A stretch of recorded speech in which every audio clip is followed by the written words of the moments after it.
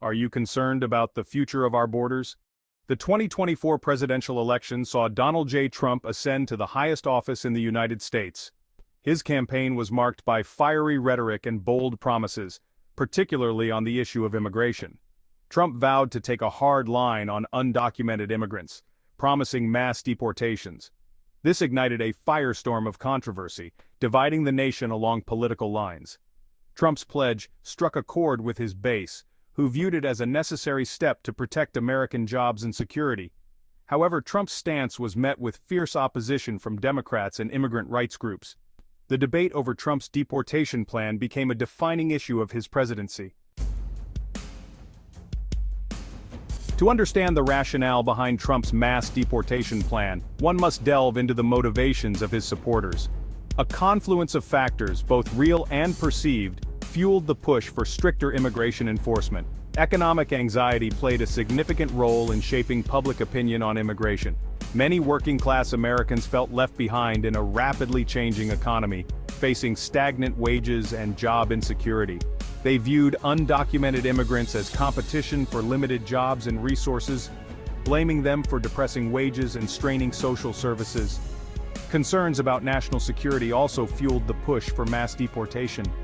The specter of terrorism loomed large in the American psyche after the 9/11 attacks, and some argued that lax immigration policies made the country vulnerable to infiltration by terrorists.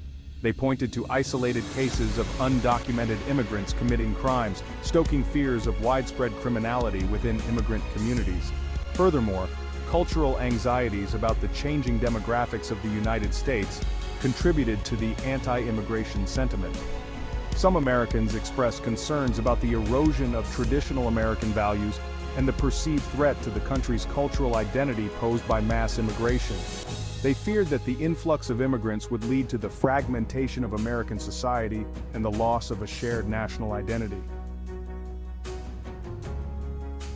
Central to Trump's deportation plan was the proposed use of cutting-edge technology to identify and track undocumented immigrants. The Trump administration explored the use of artificial intelligence, or AI, to enhance immigration enforcement, raising concerns about privacy and potential for abuse. Proponents of AI argued that it could streamline the identification and apprehension of undocumented immigrants, making the deportation process more efficient. They envisioned a system that could analyze vast amounts of data from various sources such as social media, facial recognition databases, and law enforcement records to identify individuals suspected of being in the country illegally. However, the use of AI in immigration enforcement raised serious ethical and legal concerns. Critics argued that it could lead to the profiling of certain racial and ethnic groups, exacerbating existing biases within the immigration system. They warned that the use of AI could erode privacy rights, creating a surveillance state where everyone is subject to constant monitoring. Despite the ethical concerns, the Trump administration continued to explore the use of AI in immigration enforcement, arguing that it was a necessary tool to secure the border and protect national security. The potential for AI to be used for mass surveillance and the targeting of specific communities remained a major concern for civil liberties advocates. As the Trump administration ramped up its immigration enforcement efforts, a growing number of cities and states adopted policies to resist federal immigration laws. These sanctuary cities, as they came to be known, became flashpoints in the battle over immigration, pitting local authorities against the federal government. Sanctuary cities refused to cooperate with federal immigration authorities, declining to honor requests to detain undocumented immigrants for deportation. They argued that such cooperation would undermine public safety by making immigrant communities afraid to report crimes or cooperate with law enforcement. They maintained that local resources should be used to address local priorities, not to enforce federal immigration laws. The Trump administration responded with threats to withhold federal funding from sanctuary cities, arguing that they were harboring criminals and undermining national security. This set the stage for a legal showdown between the federal government and local authorities, with both sides accusing the other of overstepping their constitutional authority. The battle over sanctuary cities exposed the deep fissures in American federalism, as local and federal authorities clashed over immigration enforcement. The Trump administration's efforts to pressure sanctuary cities into complying with federal immigration laws were met with fierce resistance, leading to legal challenges and heightened tensions.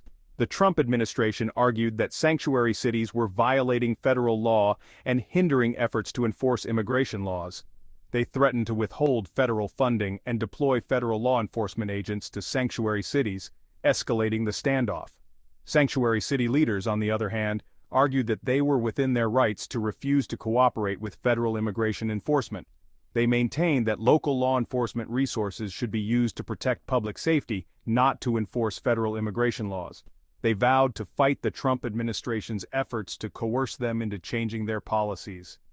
The conflict between federal and local authorities over immigration enforcement highlighted the complex interplay between different levels of government in the United States.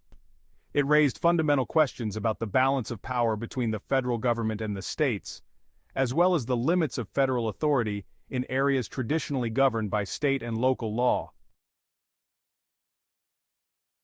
As the Trump administration moved forward with its deportation plans, critics questioned the effectiveness of the Democratic Party's response. While Democrats largely condemned Trump's immigration policies as cruel and inhumane, some argued that their opposition lacked teeth and failed to offer a viable alternative.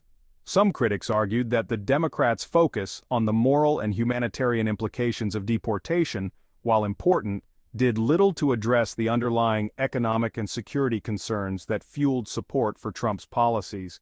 They argued that Democrats needed to present a more comprehensive and pragmatic approach to immigration reform that addressed both the need for border security and the rights of immigrants.